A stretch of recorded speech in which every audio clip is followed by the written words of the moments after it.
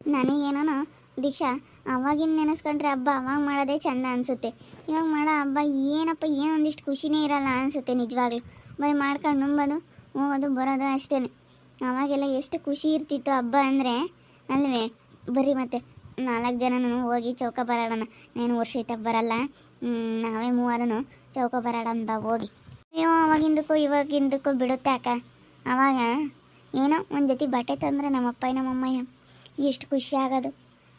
4 ಜನಕ್ಕೂ ಬಟ್ಟೆ ತರಬೇಕಂದ್ರೆ ಒಂದೊಂದ್ಸತಿ ದುಡ್ಡು ಇರ್ತಿರ್ಲಿಲ್ಲ. ಅವ್ರ ಇವ್ರ ಹತ್ರ ಇಸ್ಕೊಂಡು ಬಟ್ಟೆ ತಗೊಂಬರೋರು. ಹೆಂಗೋ ಅಂತ ಬಡ್ತಂದಾಗೆ ಬಟ್ಟೆ ತಗೊಂಬಂದ್ರೆ ಒಂದು ಜೊತೆ ನಮ್ಗೇನೋ ಖುಷಿ ಅವಾಗ ಅಲ್ವೇ. ಬಟ್ಟೆ ತಗೊಂಬಂದವ್ರೆ ಅಂತ ಎಲ್ಲಿಗಾನ ತಗೊಂಡೋಗಿ ತೋರಿಸ್ಕೊಬತ್ತಿದ್ವಕ್ಕ. ಎಲ್ಲರಿಗೂ ಕೇಳ್ದವ್ರಿಗೆಲ್ಲ ತೋರಿಸ್ಕೊಬತ್ತಿದ್ವಿ. ಹುಡುಗರ್ನೆಲ್ಲ ಕರ್ಕೊಂಬಂದು ತೋರಿಸ್ತಿದ್ವಿ ಮನೆ ತಕ್ಕ. ನಮ್ಮಪ್ಪ ನಮ್ಮಮ್ಮ ಬಟ್ಟೆ ತಂದವ್ರೆ ಅಂತ. ಇವಾಗಂತ 10 ಜೊತೆ ಬಟ್ಟೆ ತೊಗೊಂಡ್ರು ಅಷ್ಟೊಂದು ಖುಷಿ ಇಲ್ಲ. ಆವಾಗಿಂದೇ ಆಸೆ ಅಕ್ಕ. ಅಯ್ಯೋ ಅವಾಗ ಈಗ ಹಬ್ಬ ಆಗ್ತಿದ್ದಂಗೆ ಉಯ್ಯಾಲೆ ಹಾಕೋದು, ಉಯ್ಯಾಲೆ ಆಡೋದು, ಅಯ್ಯೋ ಚೌಕೋಬಾರ ಆಡೋದು, ಹೆಂಗೇನೋ ಒಂಥರ ಖುಷಿ. ಆ ಖುಷಿನೇ ಮೊದಲಿನ ಖುಷಿನೇ ಇವಾಗೆಲ್ಲ ಹೊರ್ಟೋಗ್ತೈತಿ. ಏನೋ ಒಂಥರ ಇವಾಗಿನ ವಾತಾವರಣನೇ, ಇವಾಗಿನ ಹಬ್ಬನೇ ಒಂಥರ, ಇವಾಗಿನ ವಾತಾವರಣನೇ ಒಂಥರ ಹೇಳ್ಬಾರ್ದು. ಮುಂಚೆ ಎಲ್ಲ ಚೆನ್ನಾಗಿರ್ತಿತ್ತು. ನಾವು ಸಣ್ಣರಿದ್ದಾಗ ಆಟ ಆಡೋದು, ಇಲ್ಲನ ದುಡ್ಡು ಕಟ್ಕೊಂಡು ಚೌಕಾಬಾರ ಆಡೋದು. 2 ರೂಪಾಯಿ ಒಂದೊಂದು ರೂಪಾಯಿ ಕಟ್ಕೊಂತಿದ್ವಿ. 2 ರೂಪಾಯಿನೂ ಅಲ್ಲ, 1 ರೂಪಾಯಿ ಕಟ್ಕೊಂಡು ಚೌಕಾಬಾರ ಆಡ್ತಿದ್ವಿ. 1 ರೂಪಾಯಿ ಬಂದೈತೆ ಅಂದರೆ ಖುಷಿನೋ ಖುಷಿ. ಭಾಳ ಖುಷಿ ಅಲ್ವೇ. ಆವಾಗ ಎಷ್ಟು ಚೆನ್ನಾಗಿ ಎಂಜಾಯ್ ಮಾಡ್ತಿದ್ವಿ. ಎಲ್ಲ ಹಬ್ಬಗಳ್ನೂ ಚೆನ್ನಾಗೇ ಮಾಡ್ತಿದ್ವಿ. ಏನೋ ಒಂಥರ ಬಟ್ಟೆ ತಂದ್ರೇ ಖುಷಿಯಪ್ಪ ಅವಾಗ. ಬರ್ರಿ ಆಡೋಣ, ಹೊರಕ್ಕೆ ಹೋಗಿ ಆಡೋಣ ಬರ್ರಿ. ನನಗೆ ಏನೋ ಒಂದು ನೆನೆಸ್ಕೊಂಡ್ರು ತುಂಬ ನಗು ಬರ್ತೈತೆ ಕಣೆ ದೀಕ್ಷಾ. ಇವನು ನಾವು ಉಯ್ಯಾಲೆ ಹಾಕಿದ್ವಲ್ಲ ಒಂದ್ಸತಿ, ಅದು ಕಿತ್ಕೊಂಡು ಬಿದ್ದು ತಪ್ಪಮ್ಮಂಗೆ ನಾನು ನೀನು ಆಡ್ತಿದ್ವಿ. ನೀನು ಇನ್ನೂ ಸಣ್ಣಳು, ನಿನ್ನ ಮೇಲೆ ಕುಳ್ಳಿಸ್ಕೊಂಡಿದ್ದೆ ನಾನು. ಉಯ್ಯಾಲೆ ಹಾಕಿದ್ವಾ, ಅದಕ್ಕೆ ಕಿತ್ಕೊಂಡು ತಪ್ಪಮ್ಮಂಗೆ ಬಿದ್ದುಬಿಡ್ತು. ಸಣ್ಣ ದಾರ ಹಾಕಿದ್ವಿ, ಸಣ್ಣ ದಾರ ಹಾಕಿ ಉಯ್ಯಾಲೆ ಆಡಬೇಕಾದ್ರೆ ಕಿತ್ಕೊಂಡು ತಪ್ಪಮ್ಮಂಗೆ ಬಿದ್ದುಬಿಡ್ತು. ನನಗೆ ಅದನ್ನು ನೆನೆಸ್ಕೊಂಡ್ರೆ ಈಗಲೂ ನಗು ಬರ್ತೈತೆ. ಮೂರೇ ಅಕ್ಕ, ಉಯ್ಯಾಲೆ ಹಾಕಿ ಎಷ್ಟೋ ದಿನ ಕಿತ್ಕೊಂಡು ತಪ್ಪಮ್ಮಂಗೆ ಬಿದ್ದಿದ್ವಿ. ಹಾಕಕ್ಕೆ ಬರ್ತಿರ್ಲಿಲ್ಲ, ನಾವೇ ಹಾಕ್ಯಂಬ್ತಿದ್ವಿ. ಅಪ್ಪ ಬೈತೈತೆ ಅಂತ ಹೇಳಿ ಹಳೆ ಮನೆಗೆ ಹೊತ್ಕೊಂಡು ಎಲ್ಲ ಜಗ್ಗದು ಸುಮ್ಮನಿರಿ ಅಂತೇಳಿ ಅಪ್ಪ ಹಾಕ್ಕೊಡ್ತಿರ್ಲಿಲ್ಲ. ಹಳೆ ಮನೆ ಒಟ್ಟು ಬಿದ್ದೋಗುತ್ತೆ, ನೀವು ಉಯ್ಯಾಲೆ ಆಡೋಕ್ಕೆ ತರಾಡಿದ್ರೆ ಅದೆಲ್ಲ ಬೀಳುತ್ತೆ ನೋಡ್ರಿ ಅಂತ ಹೇಳೋದು ಅಪ್ಪಯ್ಯ. ನಾವು ಅವಾಗ ಅಪ್ಪ ಹಾಕ್ಕೊಟ್ಟಿಲ್ಲ ಅಂತ ನಾವೇ ಚೇರ್ ಹಾಕಿ ನಾವೇ ಹಾಕಿ ಬಿಗಿಯಕ್ಕೆ ಗಂಟು ಹಾಕ್ತಿರ್ಲಿಲ್ಲ, ಏನಿಲ್ಲ. ಅಪ್ಪಮ್ಮಂಗೆ ಅದೇ ಬೀಳ್ತಿದ್ವಿ ಉಯ್ಯಾಲೆ ಆಡ್ಕೊಂಡು. ಅವಾಗಿಂದ ವಾಸೆ ಅಮ್ಮ ಎಷ್ಟು ಖುಷಿ ಅಂದರೆ ಖುಷಿ. ಅವಾಗ ಏನು ಖುಷಿನೋ ಖುಷಿ. ಇಲ್ಲಿ ನೋಡಿಲಿ ಬಿದ್ದು ಇವಳಿಗೆ ಕೈ ನೋವಾಗಿತ್ತು. ಅಮ್ಮ ಅಂತೂ ನನ್ನ ತಕ್ಕಳೆ ಅಂತ ಹೇಳಿ ತಕ್ಕೊಬಿಟ್ಟಿತ್ತು. ಏನಂಗೇನು ಇಲ್ಲದೆಲ್ಲ ಇದು ಮಾಡಿಲ್ಲ, ಹುಡುಗಿಗೆ ಕೈ ನೋಯಿಸಿದ್ಲು ಅಂತ ಹೇಳಿ. ಅಯ್ಯೋ ಬೇಡ ಬೈಯೋದು ಅನ್ಬೇಡ ಅಮ್ಮ. ಉಯ್ಯಾಲೆ ಹಾಕೋದು ಇಲ್ಲ. ಇವಾಗ ನೋಡ ಹುಡುಗರು, ಇವಾಗಿನ ಹುಡುಗರು ಎಲ್ಲ ಬರೀ ಫೋನ್ ನೋಡ್ತಾರೆ. ನಿನ್ನ ಮಕ್ಕಳು ಫೋನ್ ಕೊಟ್ಬಿಟ್ರೆ ಇಬ್ಬರಳು ಎದ್ದಾಳಲ್ಲ, ಸುಮ್ಮನೆ ಬರೀ ಫೋನ್ ನೋಡ್ತಾರೆ.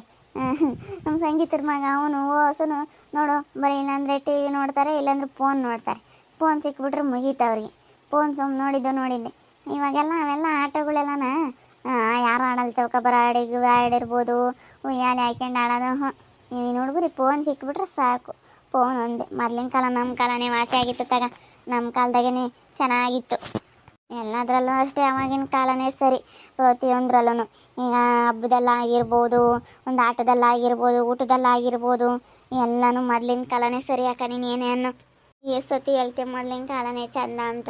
ಒಂದು ಜೊತೆ ಬಟ್ಟೆ ತಗೋಬೇಕಾದ್ರೆ ಇದ್ದಿದ್ದವಾಗಲಿನ ಖುಷಿ ಇವಾಗ ಎಷ್ಟೇ ರೇಷ್ಮೆ ಸೀರೆ ತಗೊಂಡ್ರು ಇಲ್ಲ, ಎಷ್ಟು ಒಡವೆ ಮಾಡಿಸ್ಕೊಂಡ್ರು ಅಂಥ ಖುಷಿ, ಬಾಲ್ಯದ ಖುಷಿ ಮಾತ್ರ ಜೀವನದಲ್ಲಿ ಮತ್ತೆ ಯಾವತ್ತೂ ಸಿಗೋದಿಲ್ಲ. ಅವಾಗ ಏನೋ ಒಂಥರ ಹೊಸ ಬಟ್ಟೆ ಒಂದು ಜೊತೆ ತಗೊಂಬಂದವ್ರೆ ಹಬ್ಬಕ್ಕೆ ಅಂದರೆ ಯಪ್ಪ ಯಪ್ಪ ಯಪ್ಪ ಅದು ಏನು ಖುಷಿನಪ್ಪ. ಭಾಳ ಖುಷಿ. ಹಬ್ಬದಲ್ಲಿ ಬಟ್ಟೆ ತಗೊಂಬಂದಿದ್ದಾರೆ ಅಂದರೆ ಅದರಷ್ಟು ಖುಷಿ ಇನ್ಯಾವುದೂ ಇಲ್ಲ. ಇವಾಗ ಅಂಥದ್ದು ಬರೀ 300 ರೂಪಾಯಿ 400 ರೂಪಾಯಿ 500 ರೂಪಾಯಿ ಬಟ್ಟೆ ತೊಗೊಂಬಂದ್ರೂ ಎಷ್ಟೋ ಖುಷಿ ಆಗೋದು. 500 ರೂಪಾಯಿ ಬಟ್ಟೆ ತೊಗೊಂಬಂದ್ರೆ ಇವಾಗ ಅಂತ ಅಲ್ಲ. 1000 ರೂಪಾಯಿ ಬಟ್ಟೆ ತಗೊಂಡ್ರು 1000 ಗಟ್ಟಲೆ ತಗೊಂಡ್ರು ಅಷ್ಟು ಖುಷಿ ಇರಲ್ಲ. ಎಲ್ಲರೂ ಬಿಸಾಕೊಂಡಿರ್ರಿ. ನಾನು ಏನೋ ಅಂತಿದ್ದೆ ಅವಳನ್ನ, ಯಾವುದೇ ಕಾರಣಕ್ಕೂ ಯಾರು ಏನೋ ಮಾತಾಡ್ಸೋಕೆ ಹೋಗ್ಬೇಡ್ರಿ ಅವಳನ್ನ. ನೋಡಿ ಹೇಳಿರ್ತೀನಿ, ಯಾರು ಮಾತಾಡಿಸ್ಬೇಡ್ರಿ. ನೀನು ಮಾತಾಡಿಸ್ಬೇಡ, ಸಂಗೀತ ಇಲ್ಲೇ ಇದ್ದಾಳೆ ಅಂತ ಹೇಳಿ. ಬಾರೆ ಹಾಕ ಹೋಗೋಣ ಬಾ. ನನ್ನ ಬಗ್ಗೆ ಅವಳು ಹಿಂಗೆ ಮಾತಾಡ್ತಾಳೆ ಗೊತ್ತಾ? ನಿಮ್ಮ ಅಮ್ಮಯ್ಯ ಇಲ್ಲದೆಲ್ಲ ಮನಸ್ಸಿನಾಗ ಇಟ್ಕೊಂಡು ಇವಾಗ ನಮ್ಮ ಅತ್ತಿಗೆಲ್ಲ ಇಲ್ಲದ್ದೆಲ್ಲ ಹೇಳ್ಕೊಡ್ತಾ ಇದ್ದಾಳೆ ಅಂತ ಮಾತಾಡ್ತಾಳೆ. ಅದಕ್ಕೇನೆ ಬಾ ಹೋಗೋಣ ಅವ್ರ ಮನೆ ಹತ್ರ ಹೋಗ್ಬಿಟ್ಟು ಅವ್ರ ಅಮ್ಮ ಅಂತ ಮಾತಾಡಿ ಅವಳ ಹತ್ರ ಹೋಗೋ ಏನು ಕೂತ್ಕೊಂಡು ಒಳಗೆ ಮಾತಾಡ ಬರೋಣ. ಏನಮ್ಮ ನೀನು ನಮ್ಮನ್ನು ಯಾಕೆ ಅಂಬದು ನೀನು ಅಂತ ಹೇಳಿ ಕೇಳ್ಬರೋಣ ಬಾ. ಹಿಂಗೆ ಮಾತಾಡ್ತಾಳಕ್ಕ ನಾನೇನೋ ದೊಡ್ಡ ಪ್ಲ್ಯಾನ್ ಮಾಡಿದ್ದೀನಂತೆ, ನನ್ನ ಮಗಳನ್ನ ಅದಕ್ಕೆ ಎಲ್ಲಿ ಬಿಟ್ಟಿದ್ದೀನಂತೆ, ನಮ್ಮ ಅತ್ತೆಗೆ ಇಲ್ಲದ್ದು ಹೇಳ್ಕೊಡ್ತೀಯಾ ಅಂತ ಕೇಳ್ತಾಳೆ. ಅದಕ್ಕೇನೆ ಬಾ ಹೋಗೋಣ.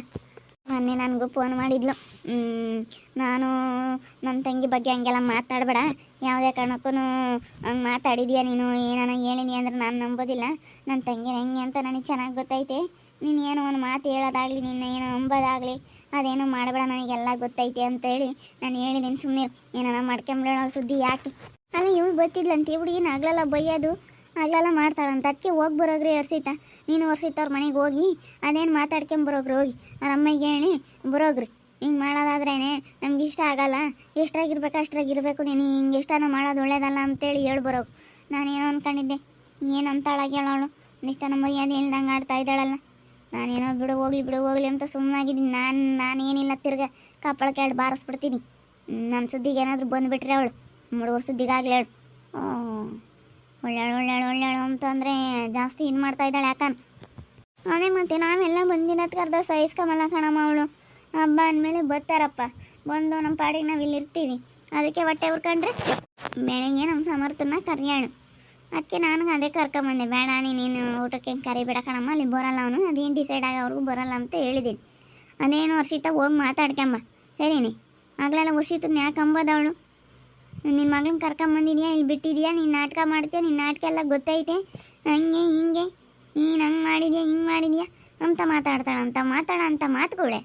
ಹಾಂ ಹೇಳು, ಸರಿಯಾಗಿ ಮಾತಾಡಬೇಕು. ನೋಡಿ ಅವ್ರ ಅಮ್ಮನ ತಕ್ಕ ಹೋಗಿ ಮಾತಾಡ್ಕೊಂಬರೋಣ. ಅವ್ರ ಅಮ್ಮನ ತ ಮಾತಾಡೋಣ, ಅವಳ ತಗ ಏನು ಮಾತಾಡೋ ಅಂಥದ್ದೇನಿಲ್ಲ. ಅವ್ರ ಅಮ್ಮನ ತಕ್ಕ ಹೋಗಿ ಅದೇನಿದ್ರು ಮಾತಾಡ್ಕೊಂಡು ಬರೋಣ ನಡಿ ವರ್ಷಿತ. ಸುಮ್ಮನೆ ಟೆನ್ಷನ್ ತಗೋಬೇಡ, ಮಾತಾಡೋಣ.